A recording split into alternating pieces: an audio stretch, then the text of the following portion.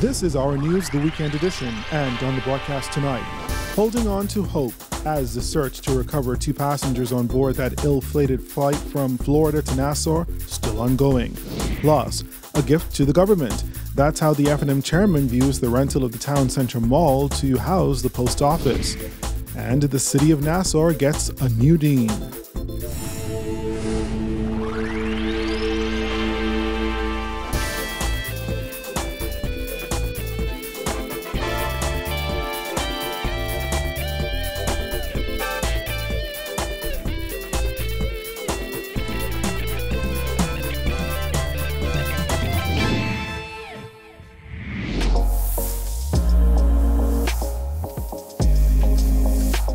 Our news is brought to you by Alive.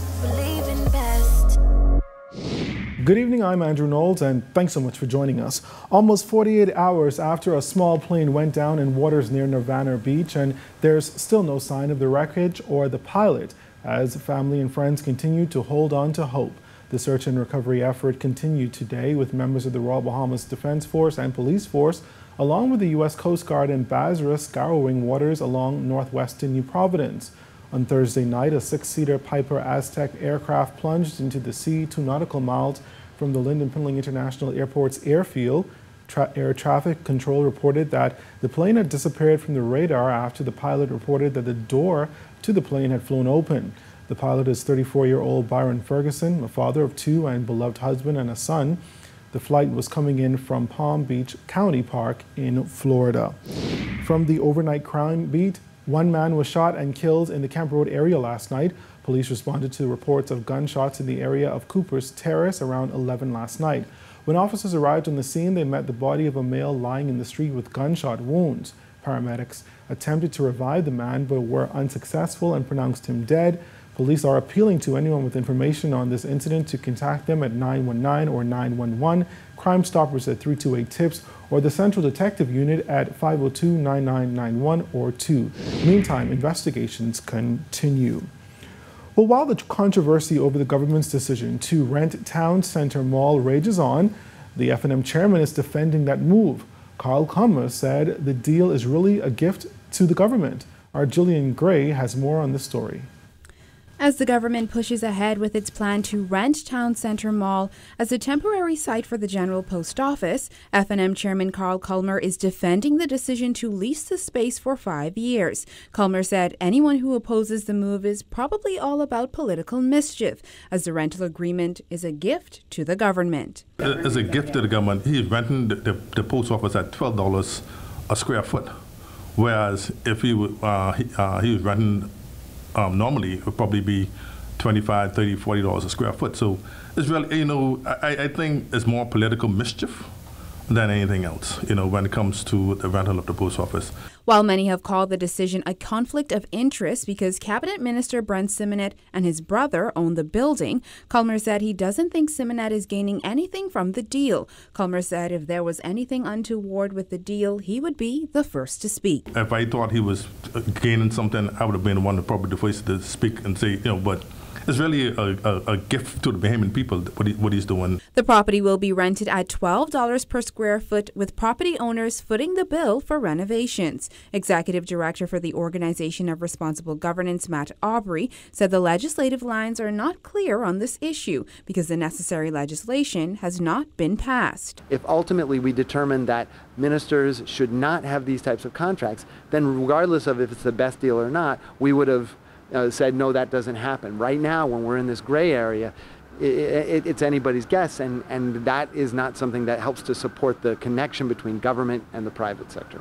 Last year, the government tables the Integrity Commission bill, which speaks to issues dealing with conflict of interest. Aubrey says the public must pressure the government to pass all necessary legislation that will prevent these gray areas. The Integrity Commission bill, which is a very long bill, but it talks about setting up an independent group that can receive these types of concerns, can vet them to ensure that if there is issues of corruption, they can be appropriately addressed and they can work to prosecute them.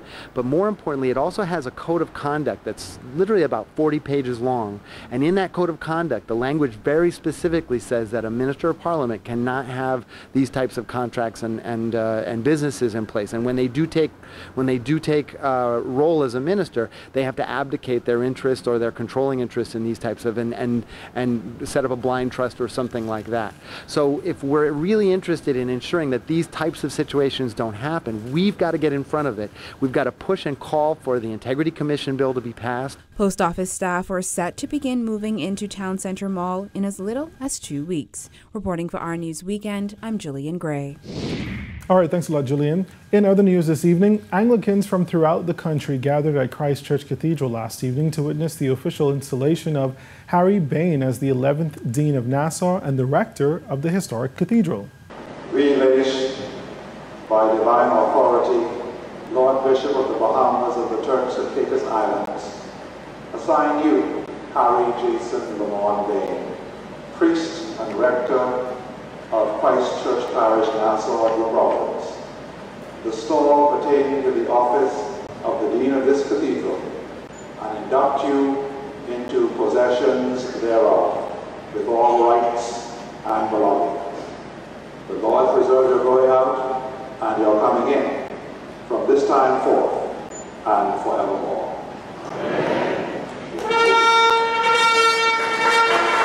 Amen.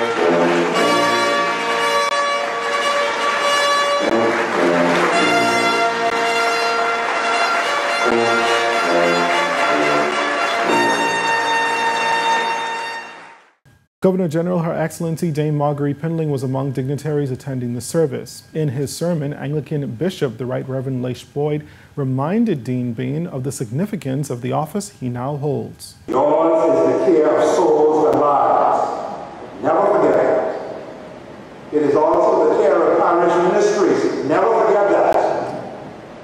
But it is the care of downtown and the national activity as well, along with the extraordinary opportunities for ministry that brings.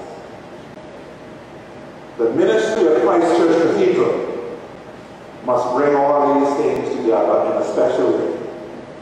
And you, sir, are the help. No pressure, but that's just what it is. The new dean expressed appreciation to the bishop for the appointment and to his family, friends, and parishioners for their continued support, encouragement, and prayers. The ordained ministry is truly one of service, and it is my sincere prayer that I will continue to serve God by serving His people. Christ Church Cathedral is in the heart of the city of Nassau, and the mission and outreach of this parish is vast, as the bishop indicated. I believe that there is a special call for Christ Church to reach out to those who abide and work within its parish boundaries.